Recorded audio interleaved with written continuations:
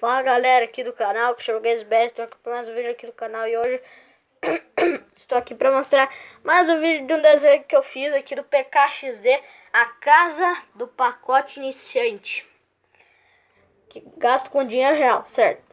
Essa casa aqui, gasto com dinheiro real. Se você não sabe, vai lá jogar que você está perdendo muita coisa do PKXD. E já deixa o like aqui no vídeo, se inscreve aqui no canal e ativa o sininho de notificações também, que é muito importante. É muito importante, meu Deus do céu. Ative esse sininho e se inscreva no canal. E dê muitos likes, muitos likes. De novo, fiz a homenagem no melhor jogo do mundo para mim, no PKXD.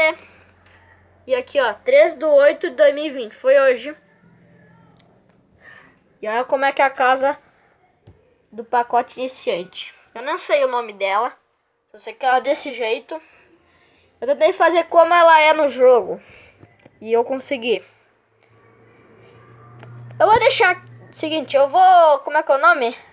Vou deixar aqui embaixo do link da descrição o canal do Cesário Games, um amigo meu. Eu vou deixar aqui no link da descrição o canal dele pra vocês verem.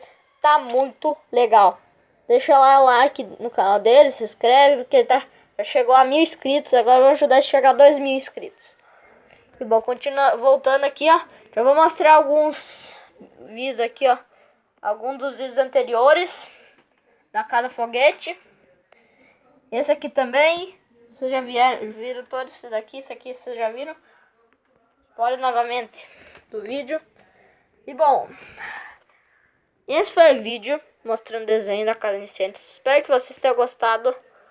De novo pedindo para deixar um like maravilhoso, porque eu tenho um recado para dizer para vocês. Já volto. Antes do vídeo acabar, eu vou dar um recado para ir para vocês. Pronto, gente. Seguinte, o recado que eu vim dar para vocês é aqui. Um vídeo aí que eu vou fazer vai demorar um pouco. Que é... como é que é o nome? Ah, me esqueci. Mas era mostrando aquele desenho que eu fiz do spoiler. Aquele lá que eu mostrei para vocês rapidinho do spoiler. Então, já vai demorar um pouco para fazer o vídeo. Mas espero que vocês tenham gostado. Deixa o like aí no vídeo. Se inscreve no canal e fui! Tchau, gente! Beijos!